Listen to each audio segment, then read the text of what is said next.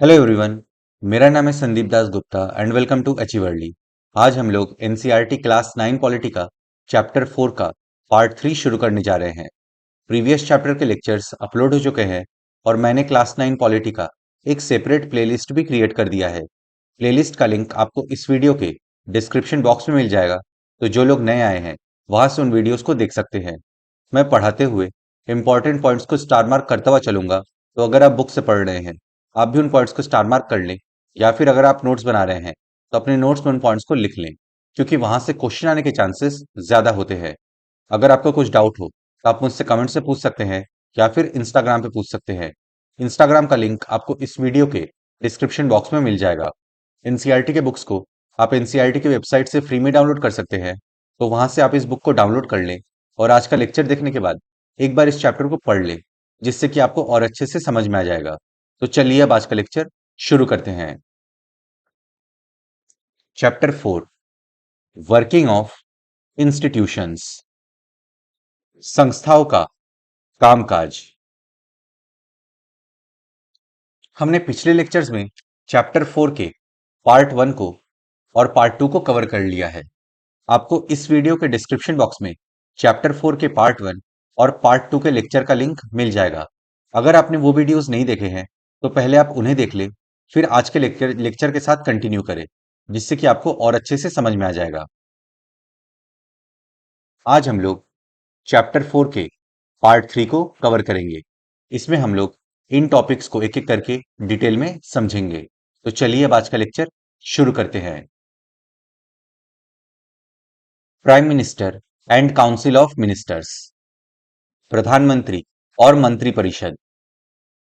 Prime minister is the most important political institution in the country, yet there is no direct election to the post of the prime minister.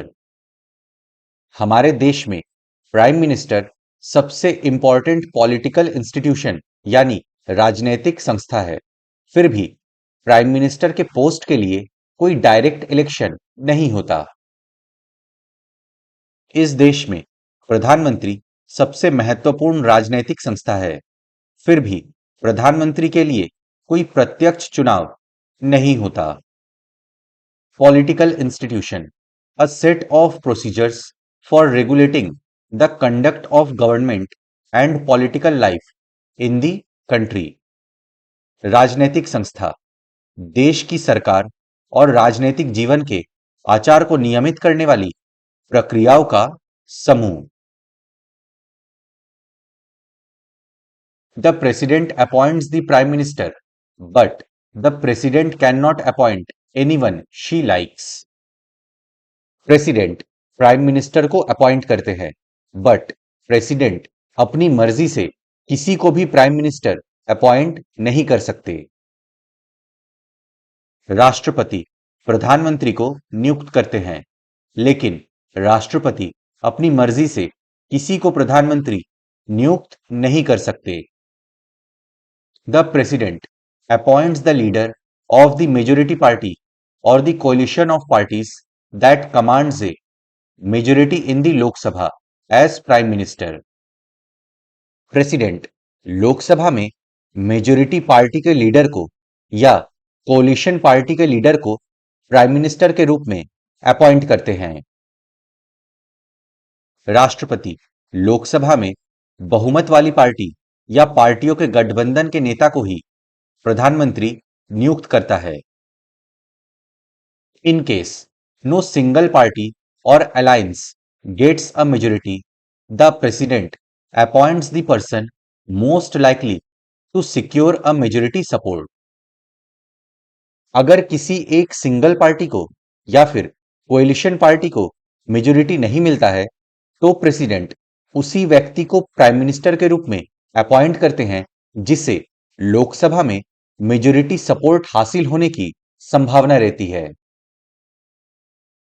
अगर किसी एक party या गठबंधन को बहुमत हासिल नहीं होता, तो राष्ट्रपति उसी व्यक्ति को प्रधानमंत्री के रूप में नियुक्त करता है जिसे सदन में बहुमत हासिल होने की संभावना होती है।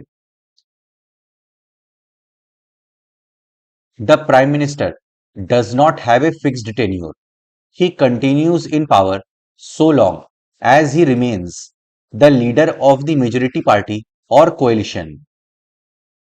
प्राइम मिनिस्टर का कोई फिक्स्ड टेन्योर नहीं होता। वो तब तक अपने पोस्ट पे बने रह सकते हैं जब तक वो मेजोरिटी पार्टी या कोएलिशन पार्टी के लीडर हैं, यानी जब तक उनको मेजोरिटी सपोर्ट है तब तक वे अपने पोस्ट पे बने रह सकते हैं। प्रधानमंत्री का कार्यकाल तय नहीं होता।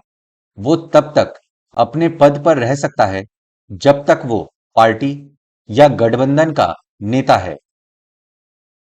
After the appointment of the Prime Minister, the President appoints other ministers on the advice of the Prime Minister. Prime minister के अपॉइंटमेंट के बाद प्रेसिडेंट प्राइम मिनिस्टर के एडवाइस पे दूसरे मिनिस्टर्स को अपॉइंट करते हैं। प्रधानमंत्री को नियुक्त करने के बाद राष्ट्रपति प्रधानमंत्री की सलाह पर दूसरे मंत्रियों को नियुक्त करते हैं। The ministers are usually from the party or the coalition that has the majority in the Lok Sabha. Ministers mostly उसी पार्टी या कोएलिशन पार्टी के होते हैं जिस पार्टी को लोकसभा में मेजोरिटी मिलता है। मंत्री अमूमन उसी पार्टी या गठबंधन के होते हैं जिसे लोकसभा में बहुमत हासिल हो। The prime minister is free to choose ministers as long as they are members of parliament. Prime minister अपने पसंद के मिनिस्टर्स को चूज कर सकते हैं बशर्ते वे मेंबर ऑफ पार्लियामेंट हो। प्रधानमंत्री मंत्रियों के चयन के लिए स्वतंत्र होता है बशर्ते वे संसद के सदस्य हों। Sometimes a person who is not a member of parliament can also become a minister. But such a person has to get elected to one of the houses of parliament within 6 months of appointment as ministers. कभी-कभी ऐसे व्यक्ति को भी minister बनाया जा सकता है जो पार्लियामेंट का मेंबर ना हो, बट ऐसे केस में उस व्यक्ति का मिनिस्टर बनने के 6 महीने के भीतर पार्लियामेंट के दोनों हाउस में से किसी एक का सदस्य चुना जाना जरूरी है। कभी कभी ऐसे व्यक्ति को भी मंत्री बनाया जा सकता है जो संसद का सदस्य नहीं हो, लेकिन उस व्यक्ति का मंत्री बनने के 6 महीने के भीतर संसद के दोनों सदनों में से किसी एक का सदस्य चुना जाना जरूरी है। Council of ministers is the official name for the body that includes all the ministers. It usually has 60 to 80 ministers of different ranks. Council of ministers एक निकाय का, एक बॉडी का ऑफिशियल नेम है जिसमें सारे मिनिस्टर्स होते हैं। इसमें यूजुअली डिफरेंट रैंक्स के 60 से 80 मिनिस्टर्स होते हैं। मंत्रिपरिषद उस निकाय का सरकारी नाम है जिसमें सारे मंत्री होते हैं। इसमें अमूमन विभिन्न स्तरों के 60 से 80 मंत्री होते हैं। Cabinet ministers are usually top level leaders of the ruling party or parties who are in charge of the major ministries. Usually the cabinet ministers meet to take decisions in the name of the council of ministers. Cabinet is thus the inner ring of the council of ministers. It comprises about 25 ministers. Cabinet ministers usually ruling party के top level leaders होते हैं। इन नेताओं के पास major ministries होती है। ये इन ministries के in charge होते हैं। Cabinet ministers council of ministers के नाम पर डिसीजन लेने के लिए मीटिंग्स करते हैं। इसमें लगभग 25 मिनिस्टर्स होते हैं। कैबिनेट मंत्री अमूमन सत्ताधारी पार्टी या गठबंधन की पार्टियों के वरिष्ठ नेता होते हैं। ये प्रमुख मंत्रालयों के प्रभारी होते हैं। कैबिनेट मंत्री मंत्रिपरिषद के नाम पर फैसले करने के लिए बैठक करते हैं। इस तरह कैबिनेट मंत्रिपरिषद का शीर्ष समूह होता है। इसमें करीब 25 मंत्री होते हैं। Ministers of state with independent charge are usually in charge of smaller ministries. They participate in the cabinet meetings only when specially invited. Ministers of state with independent charge usually छोटे मिनिस्ट्रीज के in charge होते हैं। वे तभी cabinet meetings में participate कर सकते हैं जब उन्हें स्पेशली इनवाइट किया जाए। स्वतंत्र प्रभार वाले राज्य मंत्री अमूमन छोटे मंत्रालयों के प्रभारी होते हैं। वे विशेष रूप से आमंत्रित किए जाने पर ही कैबिनेट की बैठकों में भाग लेते हैं। Ministers of state are attached to and required to assist cabinet ministers. Ministers of state cabinet ministers से जुड़े होते हैं और उनको असिस्ट भी करते हैं। राज्य मंत्री अपने विभाग के कैबिनेट मंत्रियों से जुड़े होते हैं और उनकी सहायता करते हैं। Since it is not practical for all ministers to meet regularly and discuss everything, the decisions are taken in cabinet meetings. That is why parliamentary democracy in most countries is often known as the cabinet form of government. सभी ministers regularly मिले और सभी चीज पे discussion करे, ऐसा practically possible नहीं है। इसलिए कैबिनेट मीटिंग्स में ही डिसीजंस लिए जाते हैं। इसी वजह से मोस्ट ऑफ द कंट्रीज में पार्लियामेंट्री डेमोक्रेसी को गवर्नमेंट का कैबिनेट फॉर्म कहा जाता है। चूंकि सारे मंत्रियों के लिए नियमित रूप से मिलकर हर बात पर चर्चा करना व्यवहारिक नहीं है, लिहाजा फैसले कैबिनेट बैठकों में ही किए जाते हैं। इसी वजह से अधिकांश देशों में संसदीय लोकतंत्र को सरकार का कैबिनेट रूप कहा जाता है। The cabinet works as a team. The ministers may have different views and opinions, but everyone has to own up to every decision of the cabinet. Cabinet एक टीम की तरह काम करती है। मिनिस्टर्स के डिफरेंट व्यूज और opinions हो सकते हैं, लेकिन सभी को कैबिनेट के डिसीजन की जिम्मेदारी लेनी होती है।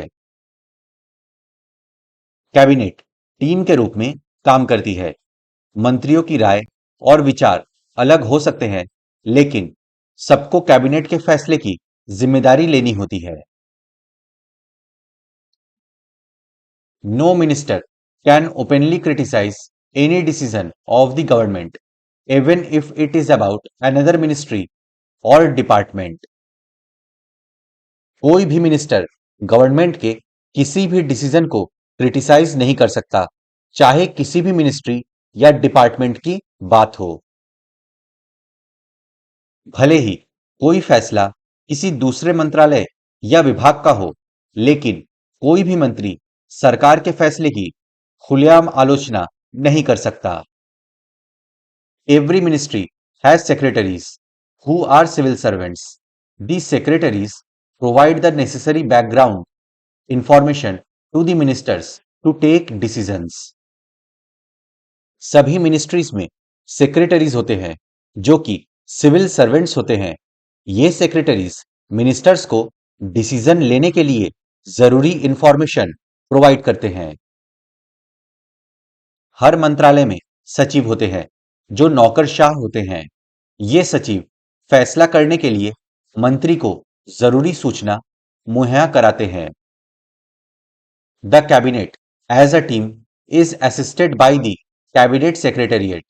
This includes many senior civil servants who try to coordinate the working of different ministries. Cabinet की मदद कैबिनेट सेक्रेटेरिएट करता है। इसमें सीनियर सिविल सर्वेंट्स होते हैं जो डिफरेंट मिनिस्ट्रीज के बीच कोऑर्डिनेशन स्थापित करने की कोशिश करते हैं। टीम के रूप में कैबिनेट की मदद कैबिनेट सचिवालय करता है। उसमें कई वरिष्ठ नौकरशाह शामिल होते हैं जो विभिन्न मंत्रालयों के बीच समन्वय स्थापित करने की कोशिश करते हैं। अब हम लोग का नेक्स्ट टॉपिक है powers of the prime minister, प्रधानमंत्री के अधिकार। द कॉन्स्टिट्यूशन डज नॉट से very much about the powers of the prime minister और द मिनिस्टर्स और their relationship with each other. संविधान में प्राइम मिनिस्टर या मिनिस्टर्स के पावर या फिर उनके एक दूसरे से रिलेशन के बारे में कुछ नहीं कहा गया है। संविधान में प्रधानमंत्री या मंत्रियों के अधिकारों या एक दूसरे से उनके संबंध के बारे में बहुत कुछ नहीं कहा गया है। But as head of the government the prime minister has wide ranging powers. But head of the government होने के नाते प्राइम मिनिस्टर के पास बहुत सारे पावर्स हैं, लेकिन सरकार के प्रमुख के नाते प्रधानमंत्री के व्यापक अधिकार होते हैं। He chairs cabinet meetings, he coordinates the work of different departments.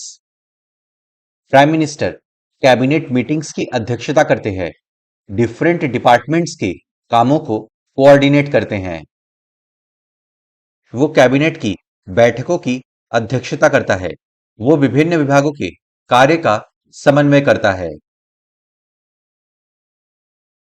His decisions are final in case disagreements arise between departments. He exercises general supervision of different ministries. All ministers work under his leadership. अगर departments के बीच में कोई disagreement होता है तो उस case में prime minister का डिसीजन ही फाइनल माना जाता है। प्राइम मिनिस्टर डिफरेंट मिनिस्ट्रीज को सुपरवाइज करते हैं। सभी मिनिस्टर्स प्राइम मिनिस्टर की लीडरशिप के अंडर में काम करते हैं। विभागों के विवाद के मामले में उसका निर्णय अंतिम माना जाता है। वो विभिन्न विभागों की सामान्य निगरानी करता है। सारे मंत्री उसी के नेतृत्व में काम करते हैं। The prime minister distributes and redistributes work to the ministers.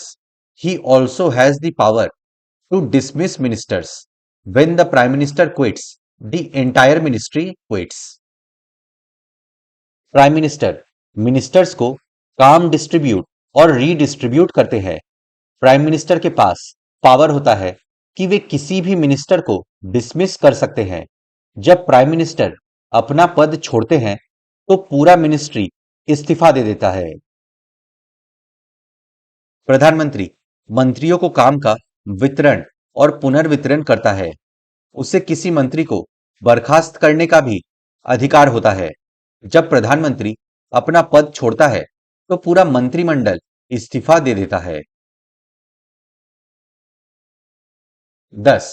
If the cabinet is the most powerful institution in India, within the cabinet, it is the prime minister who is the most powerful. इस तरह अगर भारत में cabinet सबसे ज्यादा powerful institution है तो cabinet के भीतर प्राइम मिनिस्टर सबसे ज्यादा पावरफुल है। इस तरह अगर भारत में कैबिनेट सबसे अधिक प्रभावशाली संस्था है तो कैबिनेट के भीतर सबसे प्रभावशाली व्यक्ति प्रधानमंत्री होता है। The powers of the prime minister in all parliamentary democracies of the world have increased so much in recent decades that parliamentary democracies are sometimes seen as prime ministerial form of government. Recent decades में पूरे दुनिया के सभी parliamentary democracy में prime minister के powers इतने ज्यादा बढ़ गए हैं कि पार्लियामेंट्री डेमोक्रेसी को prime ministerial form of government के रूप में देखा जाने लगा है। दुनिया के सभी संसदीय लोकतंत्रों में प्रधानमंत्री के अधिकार हाल के दशकों में इतने बढ़ गए हैं कि संसदीय लोकतंत्र को कभी-कभी सरकार का प्रधानमंत्रीय रूप कहा जाने लगा है। As political parties have come to play a major role in politics, the Prime Minister controls the cabinet and parliament through the party. Politics में पॉलिटिकल पार्टीज एक मेजर रोल प्ले करने लगी हैं। इसी के साथ प्राइम मिनिस्टर पार्टी के जरिए कैबिनेट और पार्लियामेंट को कंट्रोल करने लगे हैं। राजनीति में राजनीतिक दलों, पार्टियों की भूमिका बढ़ने के साथ ही प्रधानमंत्री पार्टी के जरिए कैबिनेट और संसद को नियंत्रित करने लगा है।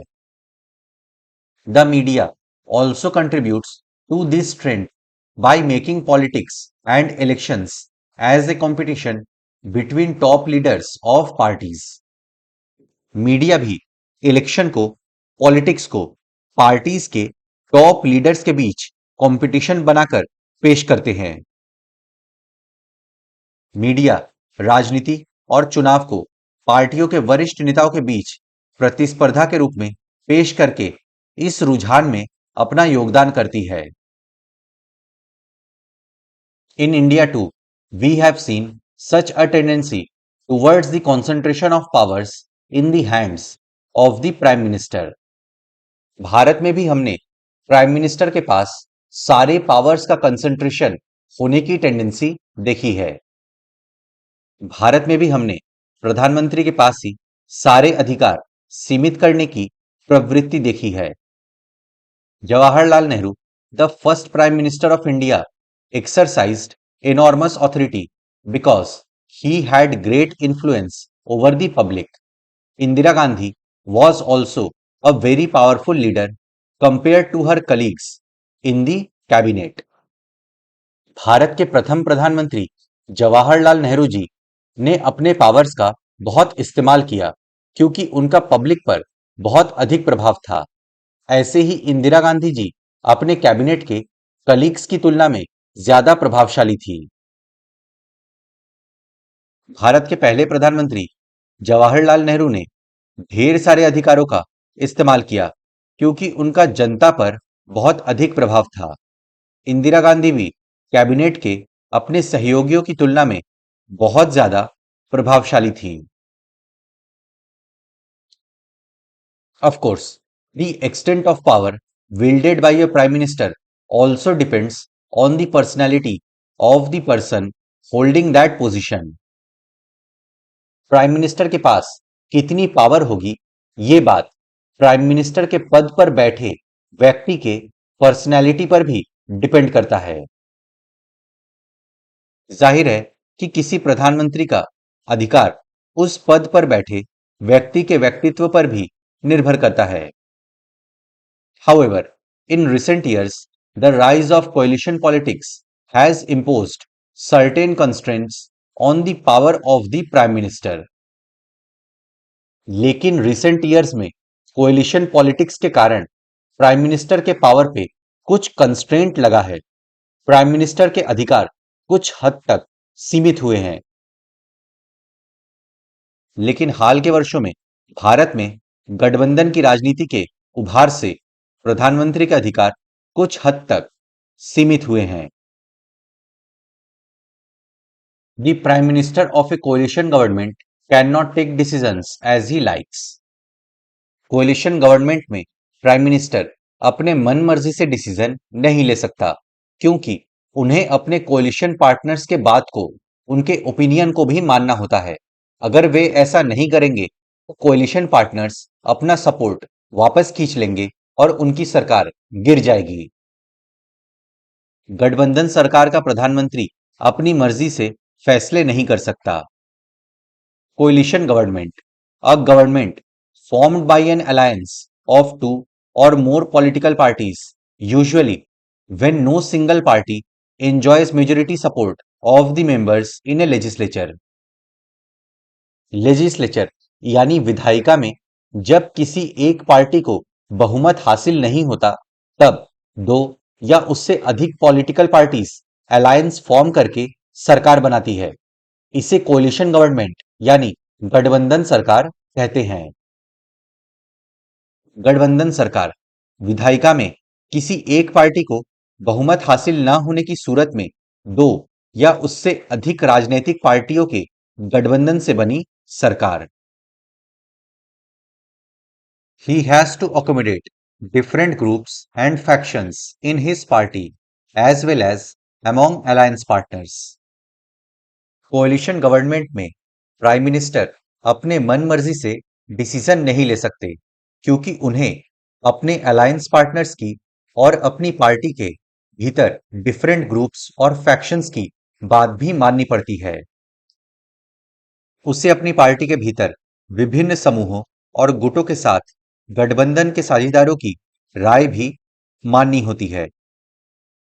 He also has to heed to the views and positions of the coalition partners and other parties on whose support the survival of the government depends.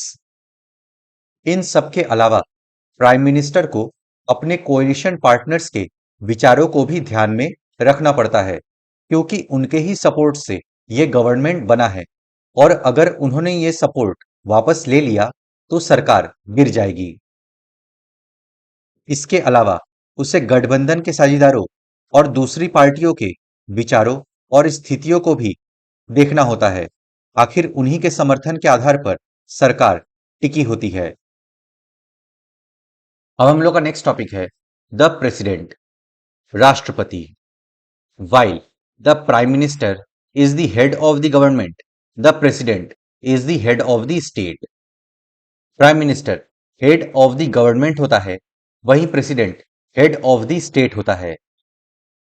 एक और जहां प्रधानमंत्री सरकार का प्रमुख होता है, वही राष्ट्रपति राष्ट्राध्यक्ष होता है। In our political system the head of the state exercises only nominal powers.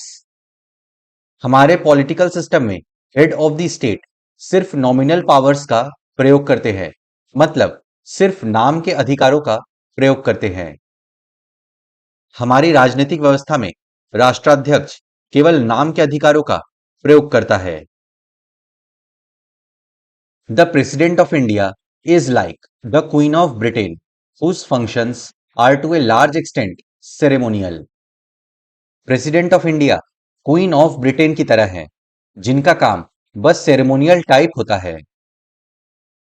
Bharat का राष्ट्रपति ब्रिटेन की महारानी की तरह होता है, जिसका काम आलंकारिक अधिक होता है।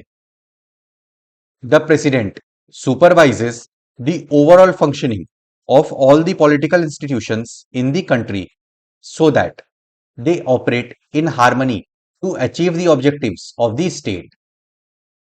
प्रेसिडेंट देश के सभी पॉलिटिकल इंस्टीट्यूशंस के काम को सुपरवाइज करते हैं, ताकि स्टेट हार्मनी के साथ काम कर सके और अपने ऑब्जेक्टिव्स को अचीव कर सके। राष्ट्रपति देश की सभी राजनीतिक संस्थाओं के काम की निगरानी करता है, ताकि वे राज्य के उद्देश्यों को हासिल करने के लिए मिलजुल कर काम करें। The president is not elected directly by the people. President लोगों द्वारा डायरेक्टली नहीं चुने जाते। राष्ट्रपति का चयन जनता द्वारा प्रत्यक्ष रूप से नहीं किया जाता। The elected members of parliament and the elected members of legislative assemblies elect her. Members of parliament और members of legislative assembly president का चुनाव करते हैं। संसद सदस्य और राज्य की विधानसभाओं के सदस्य उसे चुनते हैं। A candidate standing for president's post has to get a majority of votes to win the election. जो कैंडिडेट प्रेसिडेंट पोस्ट के लिए खड़ा होता है, उसे इलेक्शन जीतने के लिए मेजॉरिटी ऑफ वोट्स चाहिए। राष्ट्रपति पद के प्रत्याशी को चुनाव जीतने के लिए बहुमत हासिल करना होता है। This ensures that the president can be seen to represent the entire nation. जब मेंबर्स ऑफ पार्लियामेंट और members of legislative assembly president का चुनाव करते हैं, तो इससे ये बात इंश्योर हो जाती है कि प्रेसिडेंट पूरे राष्ट्र का प्रतिनिधित्व करते हैं। इससे यह तय हो जाता है कि राष्ट्रपति पूरे राष्ट्र का प्रतिनिधित्व करता है। At the same time the president can never claim the kind of direct popular mandate that the prime minister can. This ensures that she remains only a nominal executive. जिस तरीके से prime minister direct popular mandate का दावा करते हैं, क्योंकि उनका चुनाव डायरेक्टली जनता द्वारा होता है, वैसा दावा प्रेसिडेंट नहीं कर सकते, क्योंकि प्रेसिडेंट का चुनाव डायरेक्टली जनता द्वारा नहीं होता। इससे ये बात इंश्योर हो जाती है कि प्रेसिडेंट केवल नॉमिनल एग्जीक्यूटिव की भूमिका निभाते हैं, लेकिन राष्ट्रपति उस तरह से प्रत्यक्ष जनादेश का दावा नहीं कर सकता जिस तरह से प्रधानमंत्री। इससे यह तय हो जाता है कि राष्ट्रपति कहने मात्र के लिए कार्यपालक की भूमिका निभाता है। The same is true of the powers of the president. If you casually read the constitution, you would think that there is nothing that she cannot do. यही सेम बात प्रेसिडेंट के पावर पर भी लागू होती है। अगर आप संविधान को कैजुअली पढ़ेंगे तो आपको लगेगा कि ऐसा कुछ नहीं है जो प्रेसिडेंट ना कर सके। राष्ट्रपति के अधिकारों के मामले में भी यही बात लागू होती है। अगर आप संविधान को सरसरी तौर पर पढ़े तो आप सोचेंगे कि ऐसा कुछ नहीं है जो राष्ट्रपति ना कर सके। All governmental activities take place in the name of the president. All laws and major policy decisions of the government are issued in her name. सभी गवर्नमेंटल एक्टिविटीज प्रेसिडेंट के नाम पर होते हैं। सभी लॉज और गवर्नमेंट के सभी मेजर पॉलिसी डिसीजंस प्रेसिडेंट के नाम पर लिए जाते हैं। सारी सरकारी गतिविधियां राष्ट्रपति के नाम पर ही होती हैं। सारे कानून और सरकार के प्रमुख नीतिगत फैसले उसी के नाम से जारी होते हैं। All major appointments are made in the name of the president.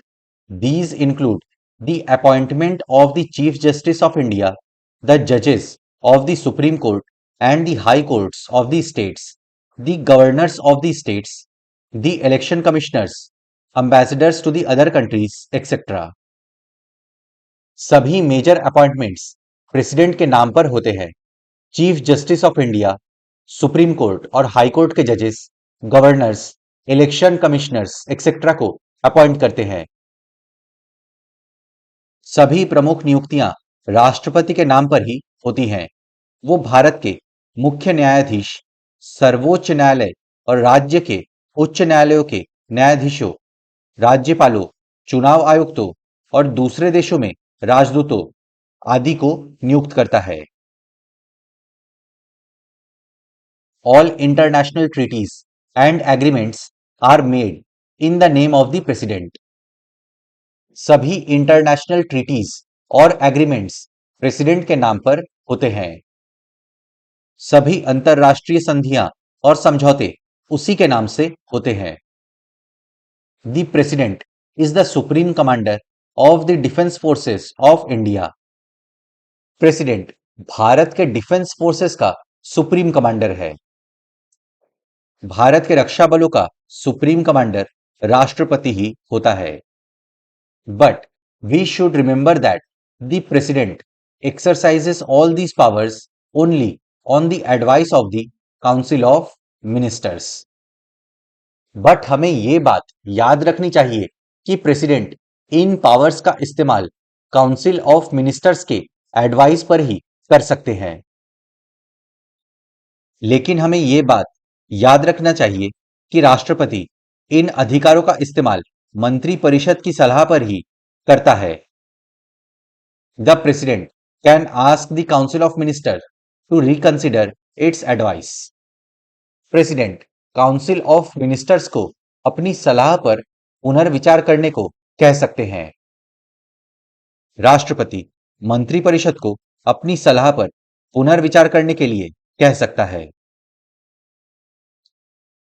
But if the same advice is given again, she is bound to act according to it. But अगर सेम एडवाइस फिर से प्रेसिडेंट को मिलती है, तब president उसे मानने को बाध्य होता है। लेकिन अगर वही सलाह दोबारा मिलती है तो वो उसे मानने के लिए बाध्य होता है। Similarly, a bill passed by the parliament becomes a law only after the president gives assent to it. इसी तरह पार्लियामेंट से पास्ड बिल लॉ तभी बन सकता है जब प्रेसिडेंट अपनी मंजूरी दे। इसी प्रकार संसद द्वारा पारित कोई विधेयक राष्ट्रपति की मंजूरी के बाद ही कानून बनता है। If the president wants, she can delay this for some time and send the bill back to parliament for reconsideration. But if parliament passes the bill again, she has to sign it. अगर president चाहे तो वो इसे कुछ समय के लिए delay कर सकते हैं। वो बिल पर पुनर्विचार करने के लिए उसे वापस पार्लियामेंट भेज सकते हैं, लेकिन पार्लियामेंट अगर बिल फिर से पास करती है तो फिर प्रेसिडेंट को उस पर साइन करना ही पड़ेगा। अगर राष्ट्रपति चाहे तो उसे कुछ समय के लिए रोक सकता है। वो विधेयक पर पुनर्विचार के लिए उसे संसद में वापस भेज सकता है, लेकिन अगर संसद दोबारा विधेयक पारित करती है तो उसे उस पर हस्ताक्षर करने ही पड़ेंगे। So you may wonder, what does the president really do? Can she do anything on her own at all? तो आप सोच रहे होंगे कि राष्ट्रपति करता क्या है? क्या वो अपने विवेक से भी कुछ कर सकता है? There is one very important thing she should do on her own. Appoint the prime minister. एक इंपॉर्टेंट चीज जो प्रेसिडेंट को खुद से करनी चाहिए वो है प्राइम मिनिस्टर की नियुक्ति। एक महत्वपूर्ण चीज है जो उसे स्वविवेक से करनी चाहिए, प्रधानमंत्री की नियुक्ति। When a party or coalition of parties secures a clear majority in the elections, the president has to appoint the leader of the majority party or the coalition that enjoys majority support in the Lok Sabha. जब कोई party या गठबंधन election में majority हासिल कर लेता है, तब प्रेसिडेंट को लोकसभा में मेजोरिटी वाली पार्टी के लीडर को प्राइम मिनिस्टर के रूप में अपॉइंट करना होता है। जब कोई पार्टी या गठबंधन चुनाव में बहुमत हासिल कर लेता है तो राष्ट्रपति के पास कोई विकल्प नहीं होता, उसे लोकसभा में बहुमत वाली पार्टी या गठबंधन के नेता को प्रधानमंत्री नियुक्त करना होता है। When no party or coalition gets a majority in the Lok Sabha, the president exercises her discretion. जब किसी भी पार्टी या गठबंधन को लोकसभा में बहुमत हासिल नहीं होता, तब प्रेसिडेंट अपने विवेक से काम लेता है। जब किसी पार्टी या गठबंधन को लोकसभा में बहुमत हासिल नहीं होता, तो राष्ट्रपति अपने विवेक से काम लेता है।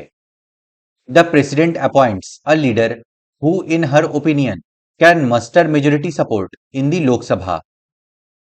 ऐसे केस में प्रेसिडेंट ऐसे नेता को अपॉइंट करता है जो उसके ओपिनियन में लोकसभा में मेजोरिटी सपोर्ट जुटा सकता है। वो ऐसे नेता को नियुक्त करता है जो उसकी राय में लोकसभा में बहुमत जुटा सकता है। In such a case, the president can ask the newly appointed prime minister to prove majority support in the Lok Sabha within a specified time. ऐसे केस में president newly appointed prime minister से एक स्पेसिफाइड टाइम के भीतर majority support prove करने को कहता है। ऐसे मामले में राष्ट्रपति नव नियुक्त प्रधानमंत्री से एक तय समय के भीतर लोकसभा में बहुमत साबित करने के लिए कहता है। अब हम लोग का नेक्स्ट टॉपिक है द प्रेसिडेंशियल सिस्टम, राष्ट्रपति प्रणाली। Presidents all over the world are not always nominal executives like the president of India. दुनिया के सभी प्रेसिडेंट भारत के प्रेसिडेंट की तरह नॉमिनल एग्जीक्यूटिव नहीं होते। दुनिया में हर जगह राष्ट्रपति भारत की तरह औपचारिक शासनाध्यक्ष नहीं होता। In many countries of the world, the president is both the head of the state and the head of the government. बहुत सारे देशों में president head of the state भी होते हैं और हेड ऑफ द गवर्नमेंट भी होते हैं। दुनिया के अनेक देशों में राष्ट्रपति राष्ट्राध्यक्ष भी होता है और सरकार का मुखिया भी। The President of the United States of America is the most well-known example of this kind of president. अमेरिकी राष्ट्रपति इस तरह के राष्ट्रपति का जाना माना उदाहरण है. The US President is directly elected by the people. He personally chooses and appoints all ministers. US President directly लोगों द्वारा चुने जाते हैं. US President पर्सनली अपने मिनिस्टर्स का चुनाव करते हैं और उन्हें अपॉइंट करते हैं. उसका चुनाव लोग प्रत्यक्ष वोट से करते हैं. वही अपने मंत्रियों का चुनाव और नियुक्ति करता है. The lawmaking is still done by the legislature, called the Congress in the US, but the president can veto any law. Law legislature द्वारा ही बनाया जाता है, जिसे यूएस में कांग्रेस कहते हैं, बट प्रेसिडेंट किसी भी लॉ को वीटो लगाकर रोक सकता है.